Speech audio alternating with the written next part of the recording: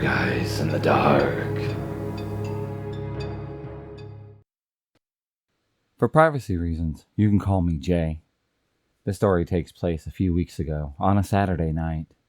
Me, my sister, and her two best friends, L and A, are in this story. I'm almost 16. My sister, her friends, are all 17. This night, we ended up going bowling around 10 p.m. The story takes place after we bowled. We all decided to go to a park nearby, which was a part of an elementary school. My sister wanted to use up the rest of her disposable camera film so that she could develop it. So we all decided that we would go there and take some pictures. The second that we got out of the car, L and I had started swinging while A was pushing us. The swings were on the front of the playground, which you could sit either way. One way you would face the entire playground, with the school right behind you, or the other way you would face the elementary school, with the playground right behind you. In this case, me and L were both facing the elementary school. My sister, who was facing us, took out her camera. She snapped a picture of me and L on the swings, while A was pushing us. As I was slowing down my swing, I said, "Imagine, we get the picture back." And there happens to be somebody in the background. Right as I had finished saying that, A had spoke up. It said, "Who is that?" while looking towards the main park. Me and my sister always joke about someone following us late at night. So when A had said this, I started booking it to the car, yelling, "Shut the fuck up!" I look back, and I see somebody else running to the car as well.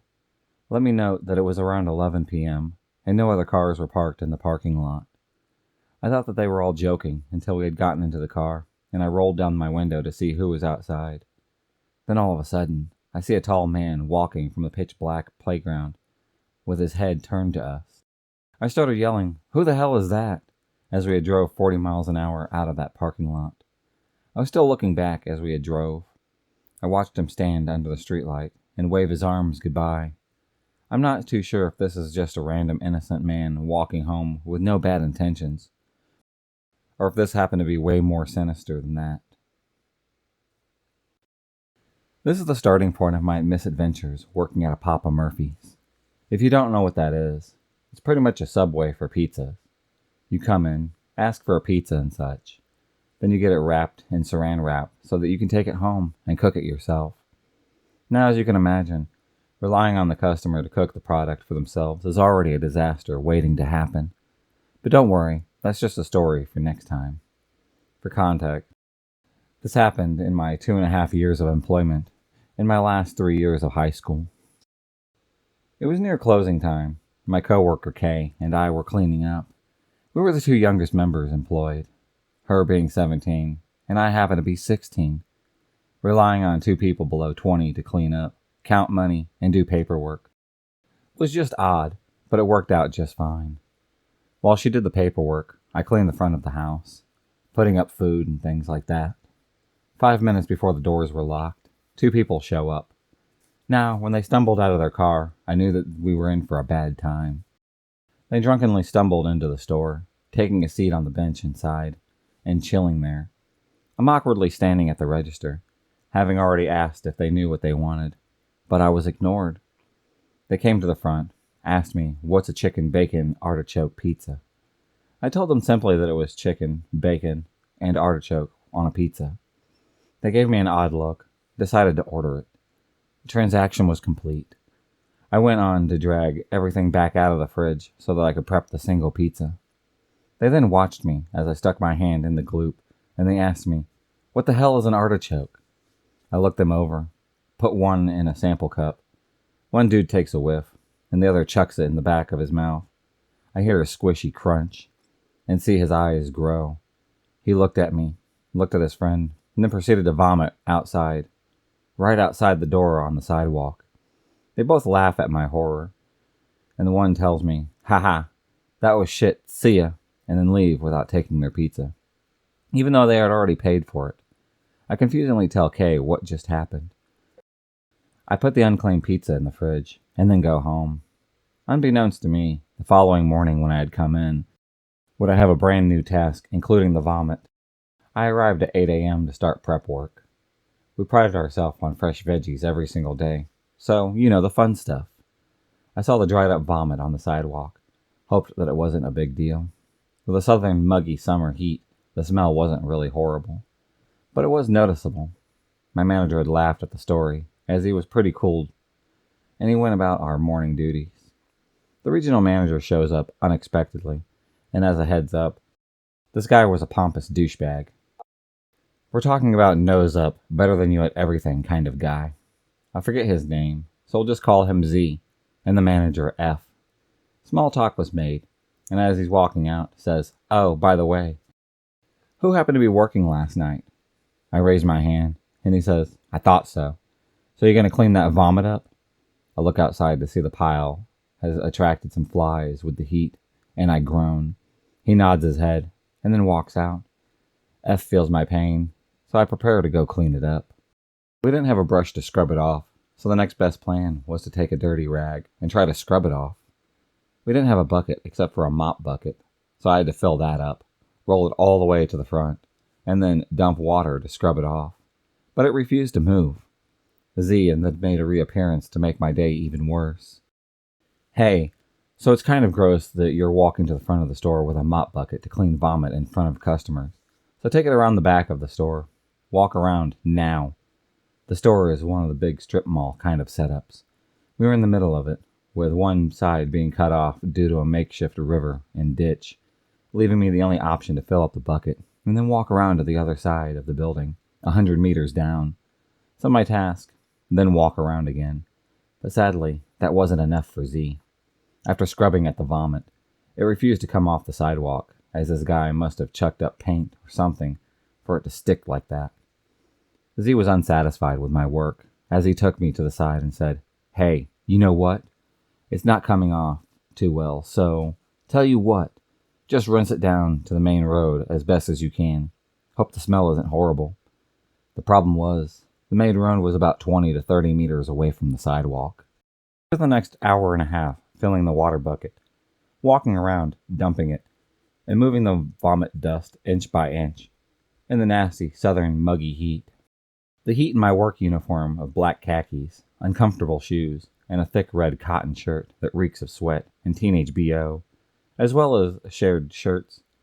Oh yeah, we didn't have individual uniforms. We all shared shirts, men and women, and just hope that your size was clean and not reeking of the last user. So that was a fun trip down memory lane. A few more of my stories include bad management, also a call to HQ due to child endangerment in the workforce. So yeah, it was definitely an interesting time working there. I worked at a Papa Murphy's a mile away from me. There was a very cool manager who hired me. He was very chill and patient with us. One day I'd come into work. There's just an entirely new manager. Apparently my guy moved to Alaska. My new manager was the kind you'd see at a McDonald's, stressed out, impatient, not on track of the employees, things like that. Anyways, I go on vacation, which was 8 days of not getting paid. At the very end of my vacation, I text my manager asking why I can't find my schedule. She texted me to just come to work. I rode my bike there, and she fired me right after finishing an interview. She simply said that I wasn't fast enough.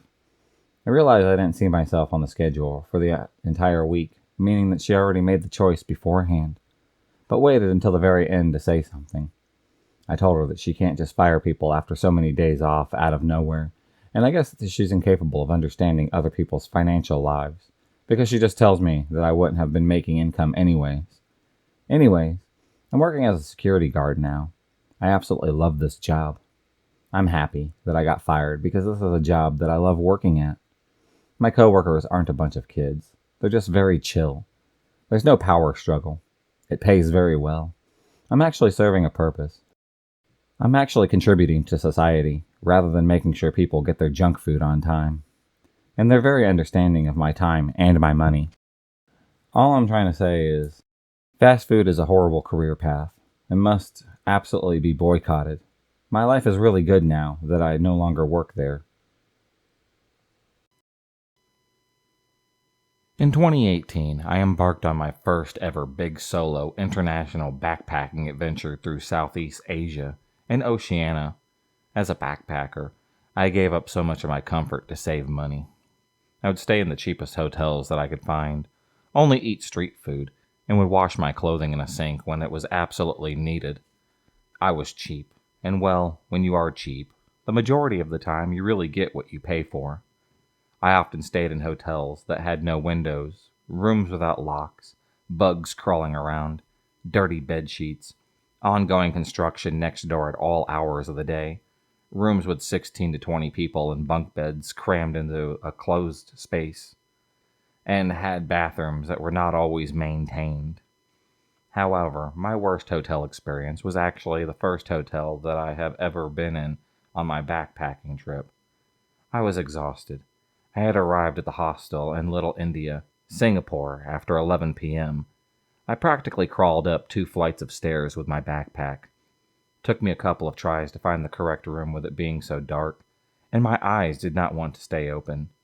When I finally found my room and my assigned bed, I threw myself into bed with my clothes still on and passed out cold from exhaustion. The very next morning, I took my time waking up, getting myself somewhat unpacked. I grabbed my toiletries and travel towel, walked down the hallway to find the bathroom. I needed a shower pretty badly. I walked into the bathroom. I did a happy dance when I saw one of the 2 shower stalls unoccupied. I immediately staked my claim, locked myself inside, turned around, and shuddered in complete disgust. My eyes scanned the entire shower from top to bottom. There was mold and grime all over the walls, and shower head as well. A large spider web, and a spider hung in the left corner of the ceiling above my shower. The drain was full of mold, dirt, and hair. You have no idea how happy I was that I had my flip-flops on. I turned back around to the shower door to find no hooks, or at least any functional hooks. Luckily, there was a ledge for me to put my toiletry bag. I quickly stripped down, threw my clothes over the door, walked over to the shower knob. The shower was actually a decent size, but the puke green walls did not make it any more inviting.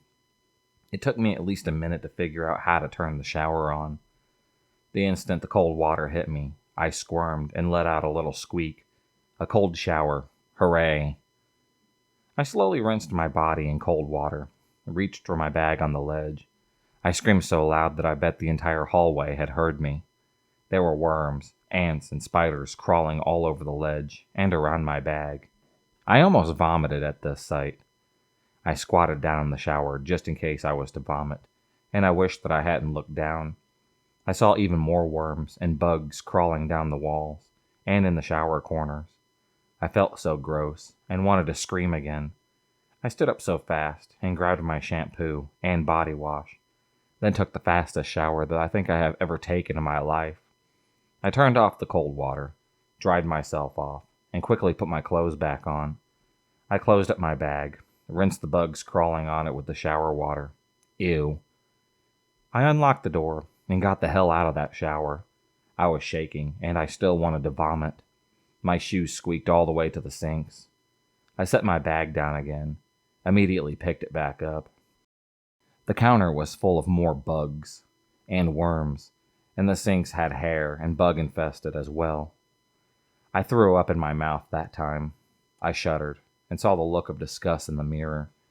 I held my bag in between my legs and fished out my toothbrush and my toothpaste. I turned on the tap water and rinsed my toothbrush. I watched every single bug crawling around my sink and all the flies on the mirror. I had barely brushed my teeth before I was already rinsing it out. I removed my bag from between my legs and quickly squeaked out of the bathroom. Never again, never again, never again, I shuddered, all the way down the hallway and back into my room. I checked my toiletry bag before I set it down on my bed and shook with disgust. I laughed to myself, remembering how much I had paid for the hostel stay. You really get what you pay for.